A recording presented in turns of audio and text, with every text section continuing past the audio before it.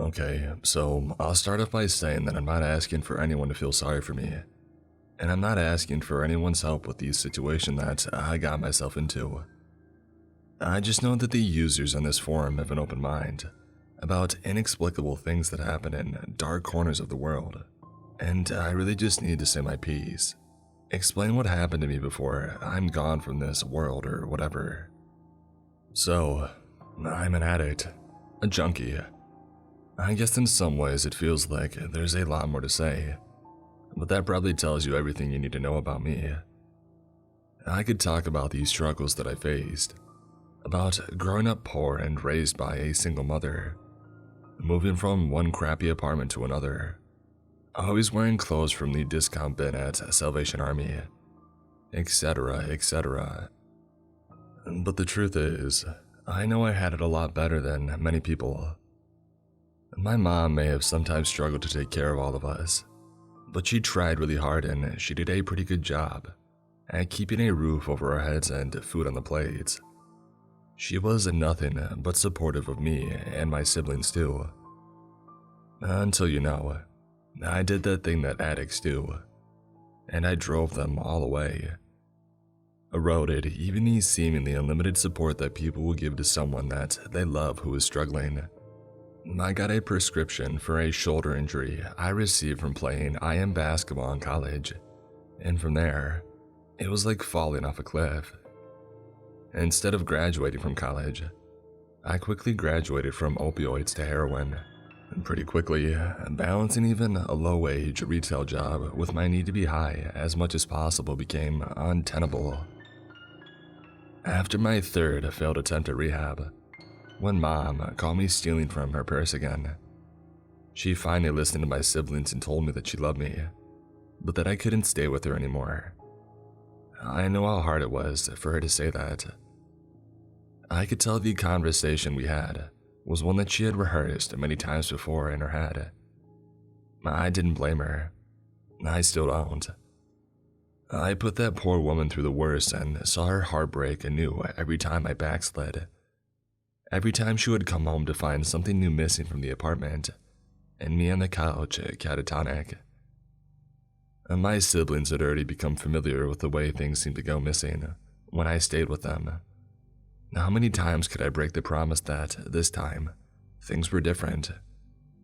So when she finally kicked me out, I packed up, bought a Greyhound bus ticket with the money Mom had pressed into my hand with trembling fingers, and traded in the cold winters with the wind coming off the lake in dreary Chicago for the temperate promise of San Francisco. I thought that San Francisco would be a better spot for me versus Chicago, but I found instead that it was much like being homeless anywhere else, only with way more hills.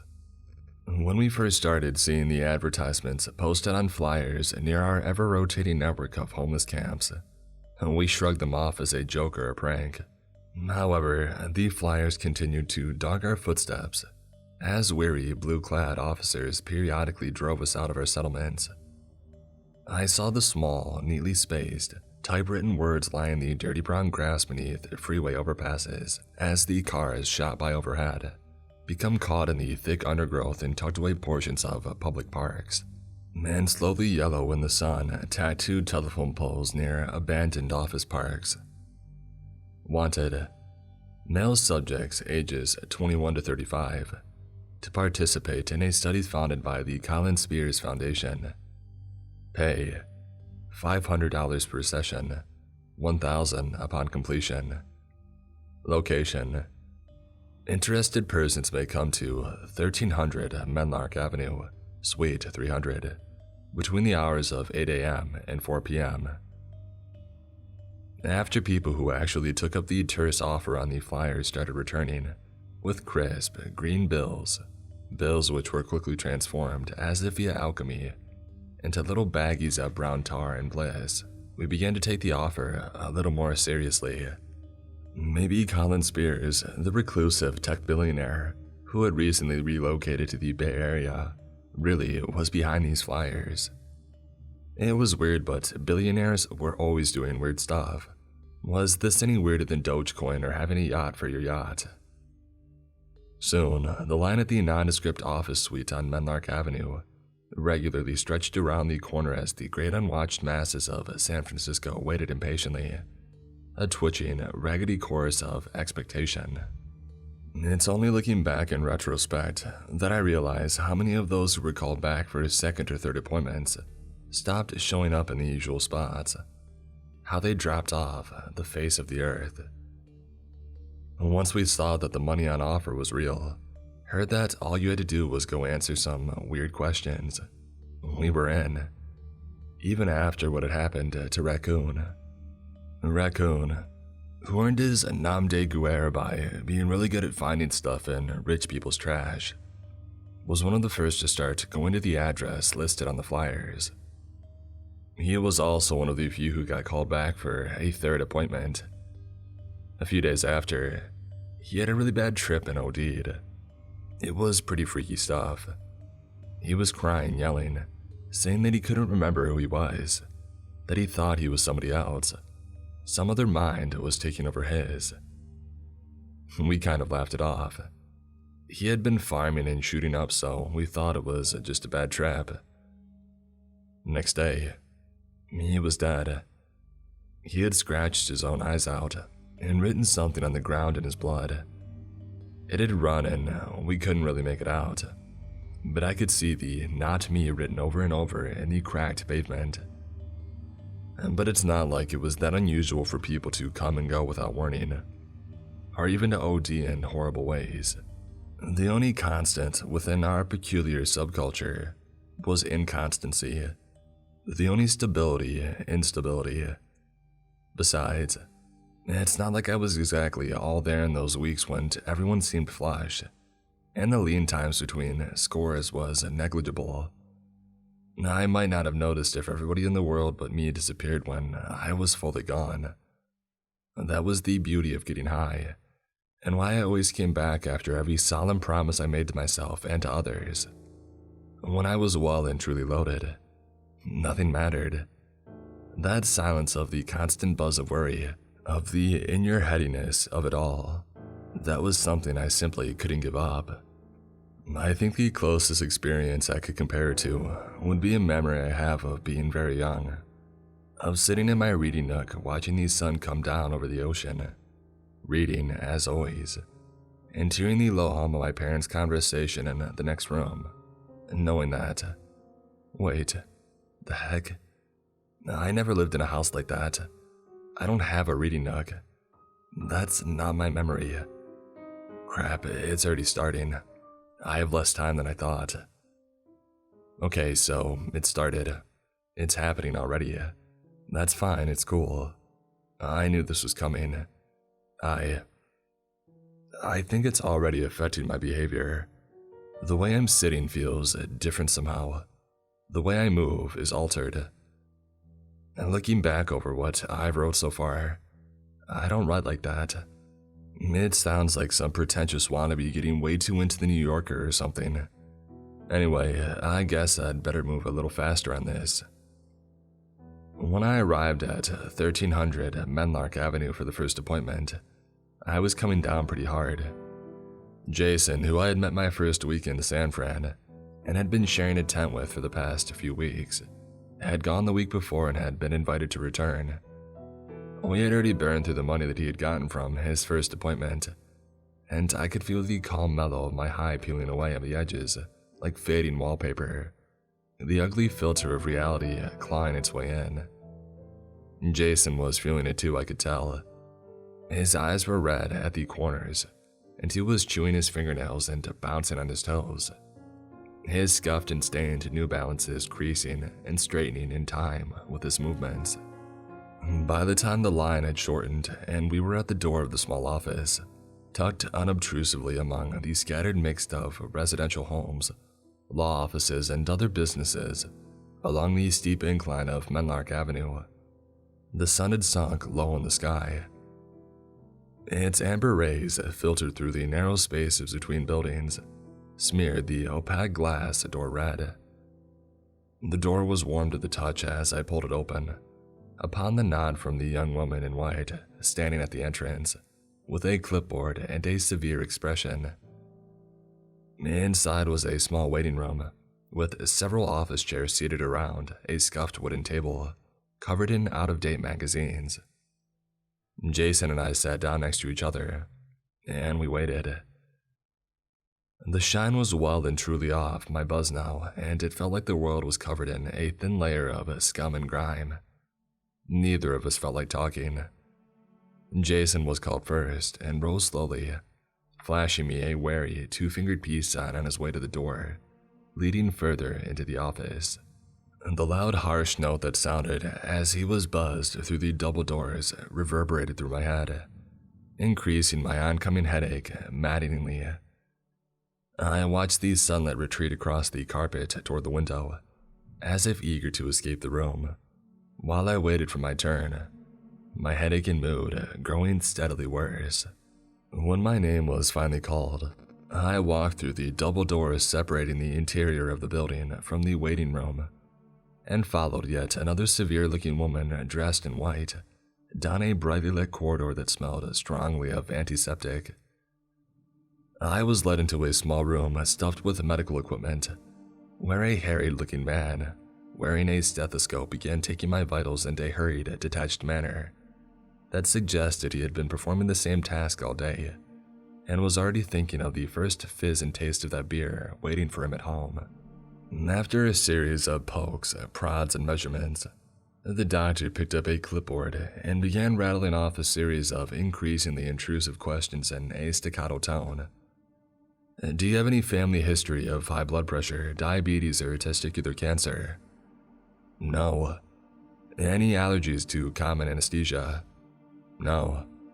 Have you traveled outside of the United States within the past 6 months? Nope.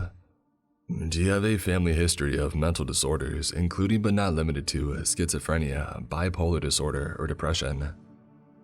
I don't think so. Are you now or have you been a habitual or casual user of nicotine products, including but not limited to cigarettes, e-cigarettes, or chewable tobacco? I paused, trying to calculate what answer was most likely to allow me to advance to further appointments while also remaining plausible. Had they been watching me in line? Jason and I had bummed a couple of cigarettes while we had waited. As if sensing the calculations behind my long pause, the doctor sighed and pinched his nose as though my inept attempts at duplicity caused him physical pain. Mr. Brunault, the blood samples and other biometrics I have taken will give me all the answers I seek regarding your health practices, or lack thereof as the case may be. Answering truthfully now will merely facilitate the process. Answering untruthfully can result in a breach of contract and necessitate a disengorgement of funds dispersed. Looking up at me and apparently registering incomprehension, he tried again. If you lie, no money. Understand? I nodded. Yes, I am a habitual user. Are you now or have you ever been a habitual or casual user of alcohol products? Yes, habitual. Are you now or have you ever been a habitual or casual user of cannabis and cannabinoid products, whether ingested or inhaled? Habitual. Are you now or have you ever been a habitual or casual user of heroin or synthetic heroin products? Habitual, I said almost instinctively, pulling these sleeves down over my arms. Are you now or have you been? Sir, I interrupted hesitantly. Yes, Mr. Brunault, said the doctor, looking up at me impatiently. It might save time if you just put me down as habitual for everything you have on there. Ah, he said, making some notes in his notepad. Very well, Mr. Brunault. Let's move on. The questions continued, becoming even more particular and more bizarre. I was asked questions ranging from my favorite breakfast cereal, my mean IQ score, my highest education level, my worst fear, and earliest memory of being afraid. At the end, the doctor merely said, "That's all. Thank you, Mr. Brunault. You may proceed to processing." Did I pass? I asked. Do I get my money? Can I come back for the second 500? The doctor snorted. He passed with flying colors, Mr. Brunault. Go get your cookie. And again, I pointed to the door. On my way to the exit, I took a wrong turn and found myself in a narrow corridor along with several offices were arranged. I began to turn, but heard raised voices coming from within one of the offices. Think of your oath, for Christ's sakes, Andrew. This isn't medicine, it's lunacy. A quieter voice murmured something in return, and the angry voice exploded. Oh, informed consent, F off. Nothing can consent to this. Before I could move closer to eavesdrop, the door flew open and hit the wall with a dull bang. A man in a white coat with flushed cheeks brushed past me. He stopped a few paces past me and looked back. You want my advice, son? Don't come back to this place. Save whatever brain cells you have left, and stay away from here. And then he turned and was gone with a flap of his white coat, turning the corner. A friendly-looking gentleman in a suit was at my side. Sorry about that, sir, he said in a warm voice. Just a disgruntled former employee. Pay him no mind. I was guided to the door and was directed to a small cubicle, where yet another indistinguishable icy-looking woman in white sat behind a protective plastic barrier, with a small cutout for exchanging items. She raised her eyebrow at me. Name? Arthur Brunault. I heard the click of a keyboard and a small whir. She handed me a square laminated card atop a small white envelope. The card contained a date and an address. Return at this date and time to this address for your second appointment, she recited in a practiced cadence. I saw tantalizing green edges faintly revealed at the corners of the envelope, and felt I could already feel the first blissful rush as it was entering my bloodstream. I don't know if she said anything else, because I clutched the envelope to my chest and I rushed out of the door, half afraid that I would hear feet pounding after me. Then muscle-bound men in white uniforms would haul me back inside, telling me that they knew I had lied when I said my favorite cereal was Lucky Charms and not Kix. Several days, maybe weeks later, I woke up on the grass of a public park, the bay stretching out before me in a haze of blue. I peeled my eyes open, feeling the thin line of gum-like substance keeping them glued shut break with a small snap. I was covered in a fine mist of dew, and I felt like crap. A mother with 2 young children was hurrying by, studiously not looking at me. I realized absent-mindedly that the front of my shirt was caked with vomit. Mine, I hoped. My heroin was gone, my money also. Feeling in my pocket hoping without justification, and that I might have forgotten a small gram bag somewhere. I pulled out the laminated card that I had received and I stared at it dumbly. Slowly, as if a great industrial machine that was long misused and caked with the residue of years of operations coming to my life, my thoughts began to turn. The appointment, the experiment, free money, more age. I got shakily to my feet and I read the card again. I checked my phone. The date was today. Feeling as if I had some personal, immoral demigod who had made it his focus to ensure that I did not go through withdrawal, I shouldered my bag and began stumbling to the west of town where the address was located. On the long walk as I, to my immense regret, began to slowly become less high, I realized clearly that I had not seen Jason since his 3rd appointment. What an ass, I thought. He was probably holed up somewhere with his money, making sure that he didn't have to share any with me. Okay, so at this point, you're probably thinking whatever happened to me, I deserve it. And yeah, there were a lot of red flags. But what can I say? If I was good at weighing risk and rewards, I wouldn't have wound up living out of a tent, signing up for random medical experiments to feed my drug addiction. Crap. I've seen people do a lot sketchier things for a lot less. The second appointment was even odder than the first. It took place in a small room with white walls, sparsely furnished with a low-slung couch facing 2 chairs. A large glass mirror took up the length of one wall. and 2 doctors briskly attached a number of small circular nodes around my head, the long wires snaking back to an opaque white box with a screen that displayed a series of fluctuating lines and waves. The questioning began again, intermixed with odd tasks such as being asked to smell and describe a range of objects and foods from peanut butter to a grease-soaked oil dip. Out of the corner of my eye, I noticed that the display, which previously had shown only a jumble of lines, was assembling into ever more complex patterns of dots and connecting figurations. The test continued for what felt like hours until a small beep sounded from the machine, and words, "Neuro reconstruction complete," flashed over the screen. The doctors stood up in unison. "Thank you for your time, Mr. Brunault. A representative will be in shortly to describe the terms of your agreement." "Wait, do I get my money?" I asked, feeling pathetic, but unable to control myself. I could feel raw panic rising in me. Without money, I would have no way of scoring, and I could feel the first symptoms of withdrawal kicking in already.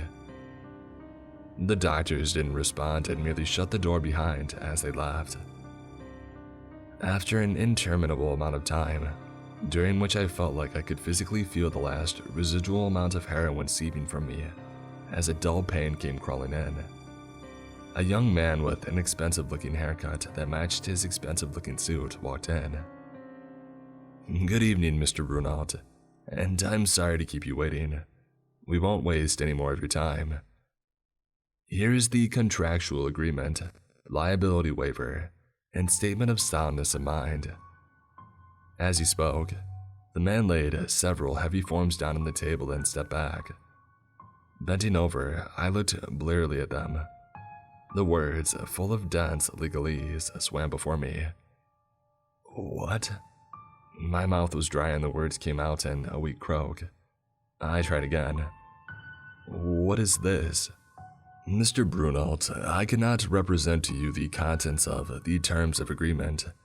I am attainted by and represent the Foundation, and as such, any material statements of fact made to you would be a conflict of interest and a violation of California Code of Ethics Section 9A3. If you do not wish to accept the terms and conditions, you are certainly free to leave." Shrugging, I bent down and began initialing the pages, helpfully marked by color-coded sticky notes. I didn't even attempt to read the forms. I was injecting myself daily with foreign substances. What did I care what these doctors wanted to do with me? Almost despite myself, I caught snatches of puzzling phrases as I initialed and signed. "Hereby do agree and consent to the aforementioned neuroconstruction transfer, as defined in Section 7I(v). Agree to waive any and all individual identity rights to cognitive functioning, as those terms are described in Appendix J to Section 408 of this form. Understand the proprietary nature of this product, May. I just wanted this to be over so I could get my money and be on my way. I felt sore all over and I could feel the chills coming on. At one point, I glanced up and saw the young attorney staring down at me intensely, his eyes cold under the fluorescent light, like a hawk watching its prey struggle in a trap. When I had finished signing, I was directed to a small room where I received another envelope of cash. The next few weeks were something of a blur. I remember being picked up by a courier car, deposited outside of town at a large industrial medical building, signing more forms, being placed in some type of weird floating tub with wires snaking all over my head. More tests, more machines that beeped and whirred. It all passed in a haze. The money kept coming and I didn't ask questions. I was too high to formulate anything passing for a coherent thought really. But now the money is gone and something is very wrong. I keep having flashes of memories that don't belong to me. Looking out the window of a private plane and seeing the lights of a city I've never been to spread out beneath me.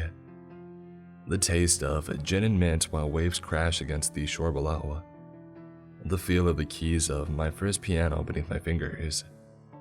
No, None of these memories are mine. Snowball fights on dirty residential streets while the cold wind of Lake Michigan bit through our winter clothing. The hum of the radiator in our 2-bedroom ranch house. Watching a rainstorm turn the yellowed grass outside my window dark with churned mud.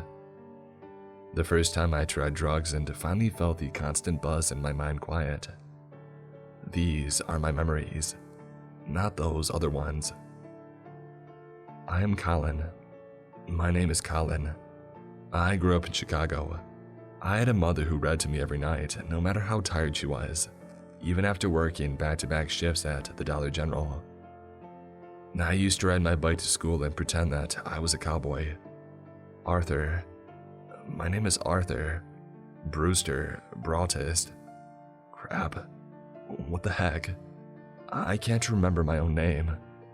What is happening to me? I feel like my brain is splitting in two. I think I'm just going to lay down and rest my eyes for a bit. I'll post more later when I feel better.